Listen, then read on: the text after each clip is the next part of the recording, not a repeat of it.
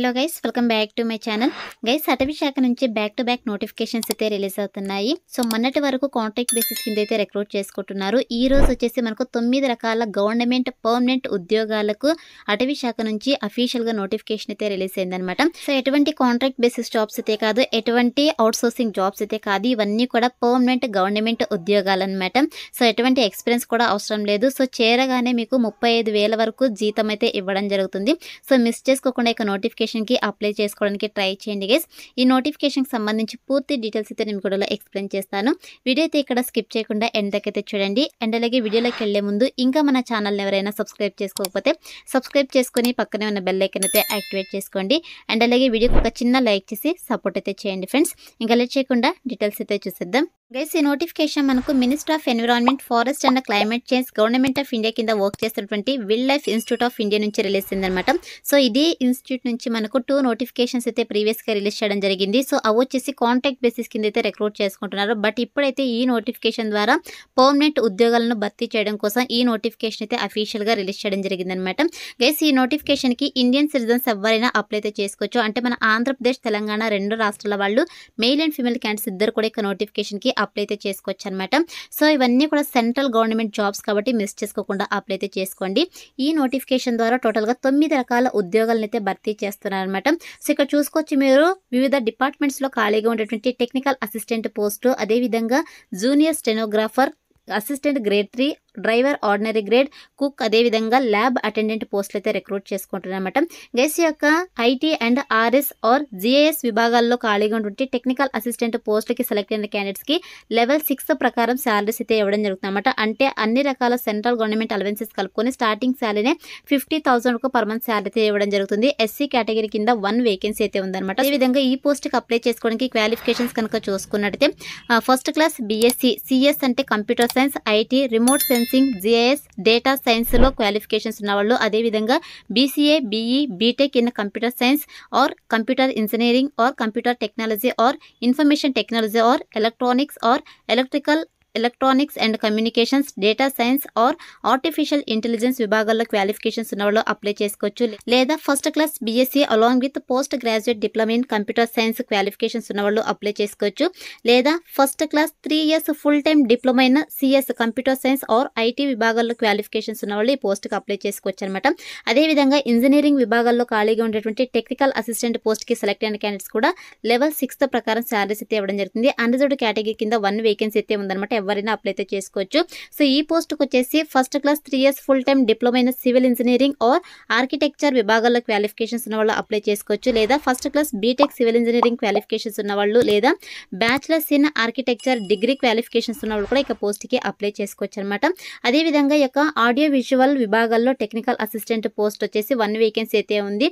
So ఈ పోస్ట్కి వచ్చేసి first class BSc computer science, IT, electronics విభాగాల్లో క్వాలిఫికేషన్స్ ఉన్న వాళ్ళు అప్లై చేసుకోవచ్చు. అదేవిధంగా BCA, BE, BTech in computer science, computer engineering, computer technology, information technology, electronics and communications, visual communications విభాగాల్లో క్వాలిఫికేషన్స్ ఉన్న వాళ్ళు అప్లై చేసుకోవచ్చు. లేదా first class BSc along with minimum 1 year diploma computer science విభాగాల్లో, అదేవిధంగా digital photography or video editing or sound recording విభాగాల్లో qualifications ఉన్న వాళ్ళు అప్లై చేసుకోవచ్చు అనమాట. లేదా first class 3 years full time diploma in computer science or digital photography or electronics or video editing or sound recording విభాగాల్లో qualifications ఉన్న వాళ్ళు apply చేసుకోవచ్చు అనమాట. గైస్, యొక్క టెక్నికల్ అసిస్టెంట్ పోస్ట్ అన్ని కూడా గ్రూప్ బి కేటగిరీ కిందకైతే రావడం జరుగుతుంది. లెవెల్ 6 ప్రకారం శాలరీస్ అయితే ప్రొవైడ్ చేయడం జరుగుతుంది. ఇక పోస్ట్ కి గ్రూప్ బి పోస్ట్ కి సెలెక్ట్ అయిన క్యాండిడేట్స్ కి. అదేవిధంగా గ్రూప్ సి పోస్ట్ కనుక చూసుకున్నట్లయితే ఫీల్డ్ విభాగంలో టెక్నీషియన్ పోస్ట్ అనమాట. సో ఈ పోస్ట్ కి సెలెక్ట్ అయిన క్యాండిడేట్స్ కి లెవెల్ 2 ప్రకారం అయితే శాలరీస్ అయితే ఇవ్వడం జరుగుతుంది. అంటే అన్ని రకాల గవర్నమెంట్ అలవెన్సెస్ కలుపుకొని స్టార్టింగ్ శాలరీ మీకు 35,000 వరకు పర్ మంత్ శాలరీ అయితే ఇవ్వడం జరుగుతుంది. 1 వేకెన్సీ అయితే ఉందన్నమాట. సో ఎస్సీ కేటగిరీ కింద అయితే రిజర్వేషన్ అయితే చేయబడింది.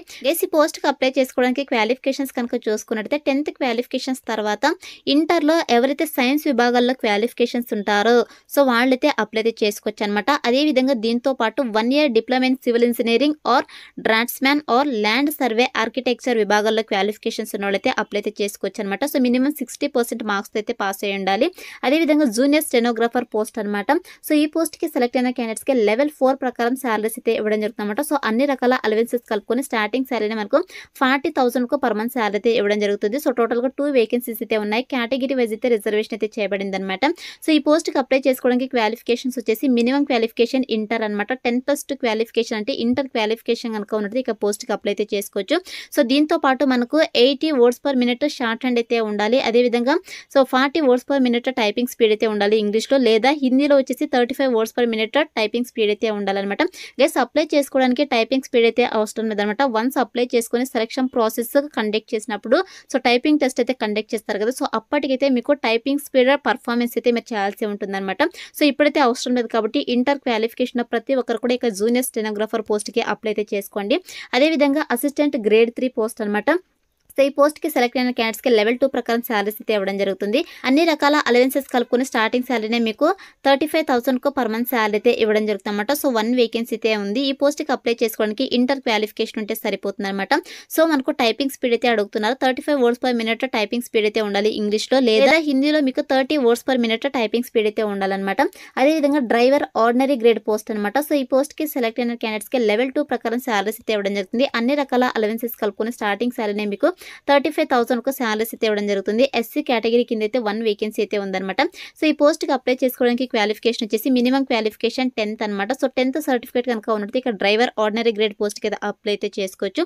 అదేవిధంగా మీ దగ్గర వ్యాలిడ్ డ్రైవింగ్ లైసెన్స్ అయితే ఉండాలన్నమాట. Both light and heavy vehicle valid driving licence అయితే ఉండాలి. దీంతో పాటు అట్లీస్ట్ 3 years మీకు డ్రైవింగ్ ఎక్స్పీరియన్స్ అయితే ఉండాలని చెప్పేసి మెన్షన్ చేయడం జరిగింది అనమాట. సో ఇక క్వాలిఫికేషన్స్ కనుక ఉన్నది ఇక్కడ డ్రైవర్ పోస్ట్కి అప్లై అయితే చేసుకోవచ్చు.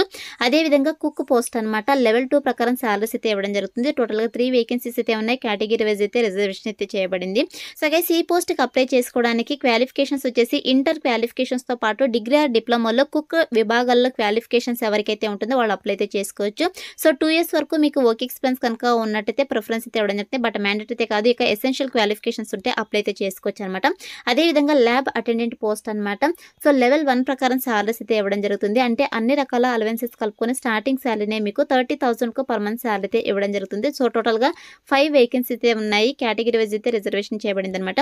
ఈ పోస్ట్కి అప్లై చేసుకోవడానికి క్వాలిఫికేషన్స్ వచ్చేసి మినిమం క్వాలిఫికేషన్ వచ్చేసి 10th తర్వాత ఇంటర్ క్వాలిఫికేషన్ కనుక ఉన్నట్టయితే సైన్స్ విభాగాల్లో మీరు ఇక పోస్ట్కి అప్లై అయితే చేసుకోవచ్చు. గైస్ ఇంటర్లో సైన్స్ ఫీల్డ్లో ఎవరికైతే క్వాలిఫికేషన్స్ ఉంటుందో వాళ్ళైతే ఇక ల్యాబ్ అటెండెంట్ పోస్ట్కి అప్లై అయితే చేసుకోండి. మినిమం 60% మార్క్స్ అయితే పాస్ అయ్యి ఉండాలన్నమాట. లేదా 10thలో మీకు 60% మార్క్స్తో పాటు డిప్లొమాలో 2 years వరకు library science or lab technology or IT విభాగాల్లో క్వాలిఫికేషన్స్ కనుక ఉన్నట్టయితే ఇక పోస్ట్కి అప్లై అయితే చేసుకోవచ్చు అనమాట. ఇక క్వాలిఫికేషన్స్ ఉన్న వాళ్ళైతే అప్లై అయితే చేసుకోండి గైస్. అండ్ నెక్స్ట్ వచ్చేసి ఇక పోస్ట్కి అప్లై చేసుకోవడానికి ఏజ్ లిమిట్ కనుక చూసుకుంటే గైస్ ఏవైతే టెక్నికల్ అసిస్టెంట్ పోస్టులు ఉన్నాయో ఇక పోస్ట్కి వచ్చేసి 18 to 28 years వరకు ఏజ్ ఉన్న వాళ్ళు అప్లై అయితే చేసుకోవచ్చు. అదేవిధంగా ఇక junior stenographer assistant grade 3 driver post cook lab attendant పోస్ట్కి వచ్చేసి 18 to 27 years వరకు ఏజ్ ఉన్న వాళ్ళైతే అప్లై చేసుకోవచ్చు అనమాట. As per central government rules ప్రకారం అప్పర్ ఏజ్ రిలాక్సేషన్ కూడా వర్తిస్తుంది. ఎస్సీ ఎస్టీ క్యాండిడేట్స్కి వచ్చేసి 5 years వరకు, ఓబీసీ క్యాండిడేట్స్కి వచ్చేసి 3 years వరకు అప్పర్ ఏజ్ రిలాక్సేషన్ అయితే వర్తిస్తుంది అనమాట. గైస్ ఎవరైతే అన్రిజర్వ్డ్ కేటగిరీ కిందకి అప్లై చేసుకుంటారో అంటే అన్రిజర్వ్డ్ కేటగిరీలో మనకు పోస్టులు అయితే ఉన్నాయి కదా, సో ఇక వేకెన్సీస్కి అప్లై చేసుకునే వాళ్ళకి యొక్క ఏజ్ రిలాక్సేషన్ అయితే వర్తించదు అని చెప్పేసి మెన్షన్ చేయడం జరిగింది. ఎస్సీ ఎస్టీ ఓబీసీ క్యాండిడేట్స్ కూడా అనమాట. సో ఓన్లీ ఎవరైతే రిజర్వేషన్ కలిగినటువంటి పోస్టులకు అప్లై చేసుకుంటారో వాళ్ళకి మాత్రమే యొక్క అప్పర్ ఏజ్ రిలాక్సేషన్ అయితే వర్తిస్తుంది అనమాట. ఇదైతే గుర్తుపెట్టుకోండి. అండ్ నెక్స్ట్ వచ్చేసి అప్లికేషన్ ఫీ కనుక చూసుకున్నట్టయితే గైస్ ఎవరైతే ఎస్సీ ఎస్టీ పీడబ్ల్యూడీ అదేవిధంగా ఉమెన్ క్యాండిడేట్స్ అప్లై చేసుకుంటారో సో వీళ్ళకి వచ్చేసి ఎటువంటి అప్లికేషన్ ఫీ అయితే లేదనమాట. ఫ్రీగా అయితే అప్లై అయితే చేసుకోవచ్చు. సో ఎవరైతే అన్రిజర్వ్డ్ కేటగిరీ కింద పోస్టులు ఉంటాయో సో వాటికి అప్లై చేసుకుంటారో సో వాటికి అప్లై చేసుకున్న వాళ్ళు ఎస్సీ ఎస్టీ పీడబ్ల్యూడీ క్యాండిడేట్స్ అయినా సరే 700 రూపీస్ అప్లికేషన్ ఫీ అయితే పే చేయాల్సి ఉంటుంది అనమాట. సో మిగతా కేటగిరీ వాళ్ళు ఏ పోస్ట్కి అప్లై చేసుకున్నా కూడా 700 రూపీస్ అప్లికేషన్ ఫీ అయితే పే చేయాల్సి ఉంటుంది. సో ఇక అప్లికేషన్ ఫీ వచ్చేసి మీరు డీడీ డిమాండ్ డ్రాఫ్ట్ ద్వారా అయితే పే చేయాల్సి ఉంటుంది అనమాట. సో మీరు బ్యాంక్ వెళ్ళేసి the director wildlife institute of India Dehradun అనే పేరు మీద సో ఈ యొక్క డిమాండ్ డ్రాఫ్ట్ అయితే సో తీయాల్సి ఉంటుంది అనమాట. సో డిమాండ్ డ్రాఫ్ట్ తీసేసి ఏదైతే డీడీ ఉంటుందో ఇక డీడీని అయితే మీరు అప్లికేషన్ ఫామ్తో పాటు సెండ్ చేయాల్సి ఉంటుంది. సో ఇలా మీరు అప్లికేషన్ ఫీ అయితే పే చేయాల్సి ఉంటుంది గైస్. అండ్ నెక్స్ట్ వచ్చేసి సెలక్షన్ ప్రాసెస్ కనుక చూసుకున్నట్టయితే గైస్ ఈ యొక్క టెక్నికల్ అసిస్టెంట్ పోస్టులు ఏవైతే ఉన్నాయో సో ఈ యొక్క పోస్టులకు వచ్చేసి పేపర్ 1 పేపర్ 2 సంబంధించి ఎగ్జామ్ అయితే కండక్ట్ చేయడం జరుగుతుంది. ఈ యొక్క పేపర్ 1లో వచ్చేసి మనకు 200 మార్క్స్కి అయితే కండక్ట్ చేయడం జరుగుతుంది అన్నమాట. 200 క్వశ్చన్స్ అయితే రావడం జరుగుతుంది. సో ఇక్కడ మనకు సబ్జెక్ట్ అండ్ డొమైన్ స్పెసిఫిక్ నుంచి 100 క్వశ్చన్స్, అదేవిధంగా జనరల్ ఎబిలిటీస్ అంటే జనరల్ అవేర్నెస్ నుంచి, రీజనింగ్ ఎబిలిటీ నుంచి, మ్యాథమెటికల్ ఎబిలిటీ నుంచి, so test of English language నుంచి మనకు 25 క్వశ్చన్స్ అయితే రావడం జరుగుతుంది. 3 hours టైం అయితే ఉంటుందన్నమాట. అదేవిధంగా పేపర్ 2లో వచ్చేసి మనకు ఎస్ఏ అయితే ఉంటుందన్నమాట. బోత్ ఇంగ్లీష్ అలాగే హిందీలో అయితే అవైలబుల్ ఉంటుంది. 1 hour టైం అయితే ఉంటుంది. 50 మార్క్స్ అయితే కండక్ట్ చేయడం జరుగుతుంది. అండ్ నెక్స్ట్ వచ్చేసి ఇక్కడ టెక్నీషియన్ ఫీల్డ్ పోస్ట్కి వచ్చేసి మనకు 2 టైర్స్లో ఎగ్జామ్ అయితే కండక్ట్ చేయడం జరుగుతుంది అనమాట. ఇక్కడ చూడండి మనకు టైర్ 1లో వచ్చేసి రిటర్న్ ఎగ్జామ్ అయితే ఉంటుంది 100 మార్క్స్ అనమాట. సో మనకు 100 క్వశ్చన్స్ అయితే రావడం జరుగుతుంది. జనరల్ అవేర్నెస్ నుంచి, రీజనింగ్ ఎబిలిటీ నుంచి, మ్యాథమెటికల్ ఎబిలిటీ నుంచి, టెస్ట్ ఆఫ్ లాంగ్వేజ్ నుంచి అనమాట. సో 2 hours టైం అయితే ఉంటుంది. 100 మార్క్స్ అయితే కండక్ట్ చేయడం జరుగుతుంది అనమాట. అదేవిధంగా టైర్ 2లో వచ్చేసి మనకు స్కిల్ టెస్ట్ అయితే ఉంటుందన్నమాట. సో క్వాలిఫైయింగ్ నేచర్లో మాత్రమే ఇక స్కిల్ టెస్ట్ అయితే కండక్ట్ చేయడం జరుగుతుంది 50 మార్క్స్ అనమాట. అండ్ నెక్స్ట్ వచ్చేసి ఇక జూనియర్ స్టెనోగ్రాఫర్ పోస్ట్ కూడా మనకు టైర్ 1లో వచ్చేసి రిటర్న్ ఎగ్జామ్ అయితే ఉంటుంది. టైర్ 2లో వచ్చేసి మనకు టైపింగ్ టెస్ట్ అయితే ఉంటుంది అనమాట. సో మీరు ఇక్కడ సిలబస్ కూడా క్లియర్గా చెక్ చేసుకోవచ్చు. అదేవిధంగా అసిస్టెంట్ గ్రేడ్ 3 పోస్ట్ కూడా టైర్ 1 టైర్ 2 ఎగ్జామ్ అయితే కండక్ట్ చేయడం జరుగుతుంది. టైర్ 1లో రిటర్న్ ఎగ్జామ్ ఉంటుంది. టైర్ 2లో వచ్చేసి టైపింగ్ టెస్ట్ అయితే ఉంటుంది అనమాట క్వాలిఫైయింగ్ నేచర్లో. అదేవిధంగా ఇక్కడ డ్రైవర్ పోస్ట్కి వచ్చేసి మనకు పేపర్ 1లో రిటర్న్ ఎగ్జామ్ అయితే ఉంటుంది. పేపర్ 2లో వచ్చేసి మనకు డ్రైవింగ్ టెస్ట్, స్కిల్ టెస్ట్ అయితే కండక్ట్ చేయడం జరుగుతుంది అనమాట. అండ్ నెక్స్ట్ వచ్చేసి ఇక కుక్ పోస్ట్ కూడా సేమ్ అనమాట. పేపర్ 1లో రిటర్న్ ఎగ్జామ్ ఉంటుంది. పేపర్ 2లో వచ్చేసి skill test are trade test అయితే ఉంటుంది అనమాట కుకింగ్ సంబంధించి. అండ్ నెక్స్ట్ వచ్చేసి ల్యాబ్ అటెండెంట్ పోస్ట్ కూడా టైర్ 1లో రిటర్న్ ఎగ్జామ్ అయితే ఉంటుంది. టైర్ 2లో వచ్చేసి స్కిల్ టెస్ట్ అయితే కండక్ట్ చేయడం జరుగుతుంది. ఓన్లీ క్వాలిఫైయింగ్ నేచర్ మాత్రమే అనమాట. సో ఇక్కడ డీటెయిల్స్ అయితే మీరు క్లియర్గా చెక్ చేసుకోండి. అదేవిధంగా ఇక్కడ మనకు పోస్ట్ల వైజ్ కంప్లీట్ సిలబస్ అయితే మెన్షన్ చేయడం జరిగింది నోటిఫికేషన్లో. సో నోటిఫికేషన్ డౌన్లోడ్ చేసుకునేసి కంప్లీట్ సిలబస్ అయితే మీరు చెక్ చేసుకునేసి ప్రిపేర్ అయితే అవ్వండి గైస్. అండ్ నెక్స్ట్ వచ్చేసి ఇక నోటిఫికేషన్కి ఎలా అప్లై చేసుకోవాలంటే గైస్ మీరు ఆఫ్లైన్లో అయితే అప్లై అయితే చేసుకోవాల్సి ఉంటుంది అనమాట. సో మనకు ఇదే నోటిఫికేషన్లోనే చివర్లో అప్లికేషన్ ఫామ్ అయితే ఇవ్వడం జరిగింది. సో ఇక్కడ చూడండి మనకు ప్రొఫార్మా ఫర్ అప్లికేషన్ అని చెప్పేసి ఇక అప్లికేషన్ ఫామ్ అయితే మీరు ఫిల్ చేయాల్సి ఉంటుంది. సో ఇక్కడ చూడండి అడ్వర్టైజ్ నెంబర్ మనకు నోటిఫికేషన్ స్టార్టింగ్లోనే అడ్వర్టైజ్మెంట్ నెంబర్ అయితే ఉంటుంది. ఇక నెంబర్ అయితే ఇక్కడ మెన్షన్ చేసేసేయండి. తర్వాత మీరు ఏ పోస్ట్కి అప్లై చేస్తున్నారో ఇక పోస్ట్ నేమ్ అయితే ఇచ్చేసేయండి. తర్వాత అప్లికేషన్ ఫీ డీటెయిల్స్ అయితే మీరు ఎంటర్ చేయాల్సి ఉంటుంది. తర్వాత మీకు కేటగిరీ అయితే మీరు ఇక్కడ సెలెక్ట్ చేసుకోవాల్సి ఉంటుంది. అదేవిధంగా కేటగిరీ పోస్ట్ అప్లైడ్, సో మీరు ఏ పోస్ట్కి అప్లై చేసుకుంటున్నా ఇక కేటగిరీ అయితే మెన్షన్ చేసేసేయండి ఇక్కడ.